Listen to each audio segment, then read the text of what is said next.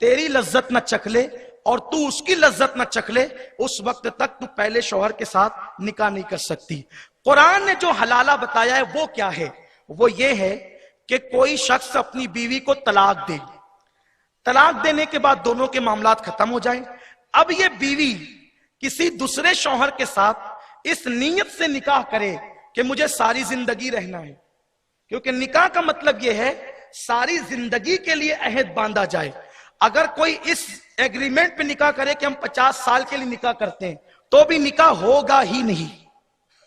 نکاح متعینہ مدت کے لیے نہیں ہو سکتا۔ جب 50 سال کے لیے ایگریمنٹ کیا جائے تو نکاح نہیں ہوتا، تو ایک رات کے لیے جو نکاح ہوتا ہے وہ کیسے ہو سکتا ہے؟ اسی لیے اللہ کے رسول نے لعنت کی ہے۔ لوگوں، طلاق دینے سے پہلے سوچو اور تم اس طرح کے ہیلے نہ بناؤ ورنہ تباہ ہو جاؤ گے۔ اللہ کے قانون کے ساتھ کھلواڑ نہ کرو ورنہ تباہ ہو جاؤ گے۔ 3 طلاقیں دے کر ہیلے بنا کر اپنے گھروں میں رکھتے ہو۔ اٹھا کر حدیث دیکھو، عبداللہ ابن مسعود کہتے ہیں میں نے اپنے رسول سے سنا ہے کہ قریب قیامت ایک دور آئے گا کہ لوگ پکی طلاقیں دے کر اپنی مطلقہ کو اپنے گھروں میں رکھیں گے اور ان سے بچے پیدا ہوں گے، اور وہ جتنے بچے پیدا ہوں گے وہ زنا کی پیداوار ہوں گے۔ جب پیداوار زنا کی ہوتی ہے تو شرافت کی امید کہاں سے انہیں رکھی جائے؟ اور یاد رکھیں، جو آج کل دنیا کے اندر بے ادب لوگ ہو رہے ہیں نا، اس لیے کہ جو حلالی بیٹا ہوگا وہ کافر تو ہو سکتا ہے، بے ادب نہیں ہو سکتا۔ اور بے ادب وہی لوگ ہوتے ہیں جن کے خون کے اندر شرافت نہیں پیدا ہوتی۔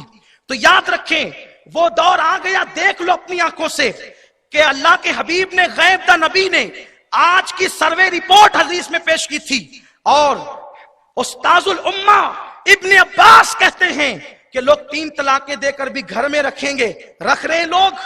یہ دنیا تو 2 دن کی ہے، کب تک جیو گے، کب تک رہو گے؟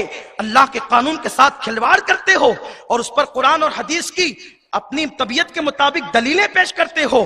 یاد رکھو، اگر قوم کی مرضی کی بات کرنا ہے، کل اللہ کو منہ دکھانا ہے، رب کی بارگاہ میں حاضر ہونا ہے، تو حلالہ قرآن نے یہ بتایا کہ کوئی بیوی طلاق پانے کے بعد ہمیشہ کی نیت سے کسی کے ساتھ نکاح کرے، پھر وہ اس کے ساتھ رہے، لیکن ان کے درمیان نہ بنے اور اب دوسرا شوہر بھی طلاق دے دے، تو عدت گزارنے کے بعد اب اگر وہ چاہیں تو اپنی مرضی سے پہلے شوہر کے ساتھ نکاح کر سکتی ہے۔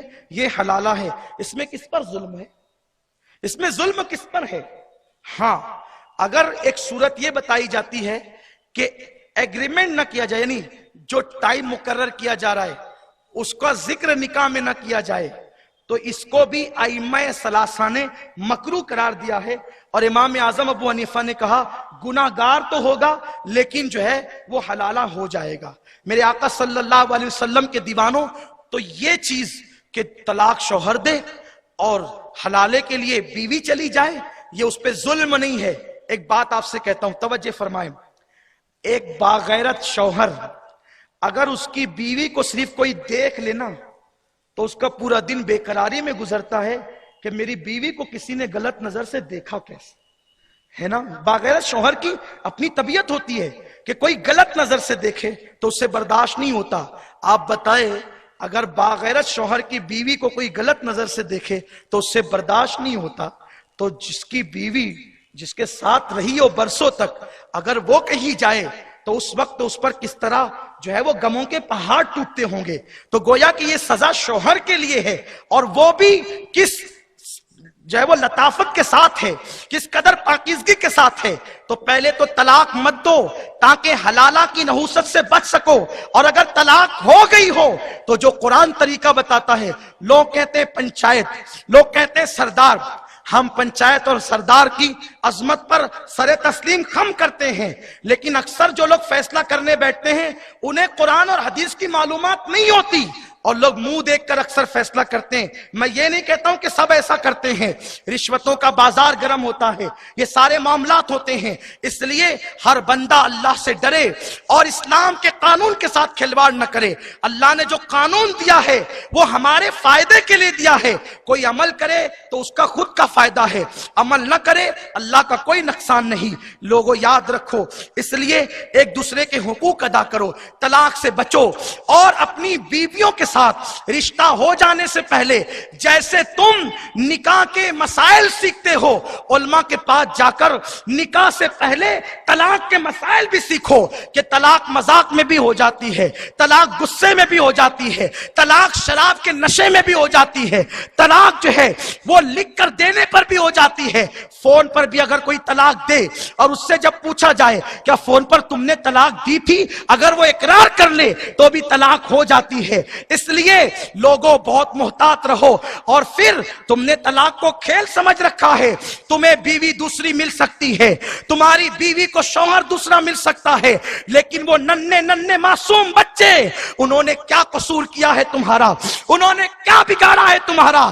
کل قیامت کے دن یہ ننھی معصوم جانے جو طلاق کے بعد ہوٹل پر پچری کرنے پہ مجبور ہوتے ہیں، ننھی سی معصوم جانے تراشن بھرنے پہ مجبور ہوتے ہیں، کسی کے گھر بچہ مزدوری کرنے پہ مجبور ہوتے ہیں. یاد رکھیں، چوزے بھی بغیر مرغی کے پل جاتے ہیں، بچے بھی پل جاتے ہیں، لیکن جن کے سرپرست ہوتے ہیں ان کی تادیب ہوتی ہے، انہیں ادب سکھایا جاتا ہے، انہیں علم سکھایا جاتا ہے. طلاق پانے والی ماں اپنے بیٹے کو، اپنے بچوں کو کبھی تراشن پہ بھیجتی ہے، وہ کیا کرے، اس کے پاس کوئی چارہ نہیں، کبھی گلاس دھونے بھیجتی ہے، کبھی کسی کے گھر جھاڑو دینے بھیجتی ہے. او ظالم باپ، ایک باپ کے لیے تو میرے رسول نے فرمایا دعا والدہی لولدہی کدعا لکم، کہ تمہارے باپ کی دعا تمہارے حق میں ایسی ہے جیسے نبی کی دعا امتی کے لیے ہوتی ہے. ایک باپ، سچا باپ وہ ہے صرف بچوں کا منہ دیکھ کر ہر کڑوا گھونٹ پی لے. سچی ماں وہ ہے جو اپنے بچوں کا منہ دیکھ کر ہر کڑوا گھونٹ پی لے. ماں وہ ہے جو اپنا پورا شباب قربان کر دے اپنے بچوں کے مستقبل کے لیے. آج ظلم ہے، کل راحتیں ہوگی، آج تکلیف ہے، کل اطمینان ہوگا. اللہ اکبر. اس لیے کبھی کبھی گھر کی زگ زگ پر، ساس بہو کے جھگڑے پر طلاقیں ہوتی ہے. میں یہاں جتنی بہویں ہیں انہیں ایک بات بتاتا ہوں، طلاق انشاءاللہ نہیں ہوگی. ساس یہ سمجھتی ہے کہ میں ساس ہوں تو میں جو ہے اپنی بہو پہ ظلم کروں گی. ساس کو چاہیے کہ وہ اپنی بہو کو بیٹی سمجھے. میں گفتگو سمیٹ رہا ہوں، ختم کر رہا ہوں، اس لیے کہ باقی گفتگو پھر کسی محفل میں ہوگی. توجہ سے سنیں. لوگ کہتے ہیں کہ بڑی بڑی جنگیں ختم ہو گئی. بعض فلسفیوں نے یہاں تک لکھا ہے پہلی جنگ عظیم ختم ہو گئی، دوسری جنگ عظیم ختم ہو گئی، لیکن ساس بہو کی یہ ایسی جنگ عظیم ہے کہ یہ کسی دور میں کبھی ختم نہیں ہوئی، اور پتہ نہیں یہ کب ختم ہوگی. اس کے ختم کرنے کا ایک طریقہ ہم آپ کو بتاتے ہیں. ایک بیٹی، نیک گھرانے کی بیٹی، اپنی ساس کی شکایت لے کر کے باپ کے یہاں آئی. باپ نے کہا بیٹی، ساس ماں کی طرح ہوتی ہے، خدا را اس پہ ظلم نہیں کرنا، بڑھاپے میں وہ جائے گی کہاں. ایسی صورت میں بیٹی نے سنا، سوچا میرا باپ کمپلین نہیں لیتا، میرے باپ کے ایک دوست ہیں جو مجھے بیٹی کی طرح چاہتے ہیں اور وہ حکیم ہے. ان کے پاس وہ بچی گئی اور جانے کے بعد کہا چچا جان، میرے ابا تو کمپلین نہیں لیتے، آپ میرے چچا ہیں، مجھے بیٹی جیسے پالا ہے، ایک کام کریں آپ، میری ساس مجھے بہت تکلیف دیتی ہے، آپ اس کے لیے ایسی زہر کی پڑیا بنا کر دے تاکہ وہ مر جائے، تاکہ اس کا خاتمہ ہو جائے، پھر ہم اطمینان سے رہیں گے. وہ واقعی حکیم تھا، وہ واقعی حکیم تھا اور وہ اسلام کے قانون کے مطابق حکمت کرتا تھا. اس نے کہا بیٹی بیٹھ، ٹھیک ہے، 1 مہینے کی پڑیا تجھے دیتا ہوں، بیٹی اگر 1 دن میں دوں گا تو وہ مر جائے گی، سب تجھ پہ شک کریں گے، تیری روزانہ اس سے جھگڑے اور زگ زگ ہوتی ہے. بیٹی ایک کام کرنا، تیرے اوپر الزام نہیں آئے اس لیے میں جو ہے وہ سلو پوائزن جو ہوگا وہ دھیرے دھیرے اثر کرے گا، 1 مہینے کے بعد مر جائے گی تو تیرا نام بھی نہیں آئے گا، تیرا کام بھی ہوگا. اس نے کہا بہت اچھا. 30 پڑیاں بنا کر اس کے چچا نے، حکیم صاحب نے دیا اور دینے کے بعد کہا بیٹی دیکھ اگر تو لڑتی رہی نا اس سے تو تجھ پہ الزام آ سکتا ہے کہ تو نے قتل کیا ہے، تو ایک کام کرنا یہ پڑیا کھلاتے رہنا لیکن اس کے کپڑے خود ہی دھلنا، اس کے پیر دبانا، وہ پانی مانگے تو دودھ پیش کر دینا، 1 مہینے تک خدمت کرنا، اس کے بعد تو پھر وہ قبر میں چلی جائے گی، تیرا قصہ ہی ختم ہوگا۔ اس نے سوچا بہت اچھی بات ہے، صرف 1 مہینہ خدمت کرنا ہے، پھر ہم جو ہے شان سے رہیں گے۔ اب وہ گھر آئی پڑیا لے کر، کھانے میں ملا کر کے دیا، لیکن کہتی ہے امی کیا بناؤں آپ کے لیے؟ یہ بناؤ۔ امی آپ تھک گئی ہے ذرا لیٹ جائیں، پیر دباؤں، پانی پیش کیا، سر میں تیل لگایا۔ اب جو ساس بہو روزانہ لڑتی تھی 3-4 دن میں یہ اسے بیٹی ماننے لگی، یہ اسے ماں ماننے لگی، محبتوں کا ماحول ہوا۔ 8-10 دن گزرے، اسے افسوس ہوا اللہ اللہ میں نے تو 8 پڑیاں ساس کو کھلا دی، یہ تو بیچاری 1 مہینے کے بعد مر جائے گی۔ وہ حکیم کے پاس گئی روتی دھوتی، چچا چچا وہ میں نے 8 پڑیاں کھلا دی اور ابھی جو ہے وہ 22 باقی ہے، لیکن میری ساس مجھ سے کتنا پیار کرتی ہے، وہ مجھے بیٹی کی طرح سمجھتی ہے، اس لیے جو ہے وہ میری ساس مرنا نہیں چاہیے، وہ جو اس کو زہر دیا ہے آپ نے اس کا ازالہ ہونا چاہیے۔ حکیم صاحب نے مسکرا کے کہا بیٹی جا تیری ساس نہیں مرے گی، میں جانتا تھا جب تو محبت دے گی تو تجھے محبت ملے گی، تو ٹیڑھی تھی تیری ساس بھی ٹیڑھی تھی، تو نے پیار دیا وہ بھی پیار دے رہی ہے۔ ارے پیار اگر کتوں کو دیا جائے تو وہ بھی دم ہلاتے ہیں، انسان تو انسان ہے، ہر انسان پیار کا محتاج ہے۔ لوگوں یاد رکھو پیار دو گے تو پیار ملے گا، نفرت دو گے تو نفرت ملے گی۔ بابا فرید الدین گنج شکر پاک پٹن کے تاجدار فرماتے ہیں لوگوں جو تمہارے راستے میں کانٹے بچھائے تم کانٹے اٹھا لیا کرو، اگر کانٹے بچھانے کے مقابلے میں تم بھی کانٹے بچھاؤ گے تو دنیا کانٹوں سے بھر جائے گی۔ ہم کانٹے بچھانے والے نہ بنے، ہم کانٹے اٹھانے والے بنے۔ کانٹے بچھا کر کے انسان کے دل کو سکون نہیں ملتا، کانٹے اٹھا کر کے انسان کے دل کو سکون ملا کرتا ہے۔ اس لیے جو خواتین اپنی ساس پہ الزام لگاتی ہے، جو بہویں اپنی ساس پہ الزام لگاتی ہے، جو ساس اپنی بہووں پہ الزام لگاتی ہے، وہ اللہ کی بارگاہ میں سچی توبہ کریں اور اے ساس تو ظلم کیوں کرتی ہے؟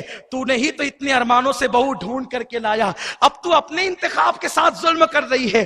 تیرا بیٹا تھا تو بہو آئی، خدا را محبت قائم کرو، سیریلوں سے زندگی نہ سیکھو، اسلام سے زندگی سیکھو، قانون اسلام سے زندگی سیکھو، اور نوجوانوں اپنے آپ کے غصے پہ کنٹرول کرو۔ آقا فرماتے سب سے بڑا پہلوان وہ ہے جو غصے کو پی جایا کرتا ہے، غصے کو پی جاؤ۔ اللہ آپ سب کے گھروں کو آباد رکھے، اللہ آپ سب کو آباد رکھے، آپ کے گھروں میں برکتیں عطا فرمائے، اور یاد رکھیں نشے کا خاتمہ کر دو۔ آج سے 3 سال پہلے جیسے آپ نے نشے کا ایسا بائیکاٹ کیا تھا کہ میڈیکل بھی نشیلی دوائیں، میڈیکل پر بھی جو ہے مدہوشی کی دوائیں بکنا بند ہو گئی تھی، میری گزارش ہے یہ نشے کی وجہ سے بھی طلاق کی لعنت بڑھتی جا رہی ہے، شوہر نشے میں آ کے بکتا ہے اور طلاق واقع ہوتی ہے، اس لیے نشے کا بھی بائیکاٹ ہم سب کی ذمہ داری ہے۔ اللہ مجھے آپ سب کو توفیق دے، دوران گفتگو کوئی غلطی ہو تو اللہ معاف فرمائے۔ وما علینا الا البلاغ۔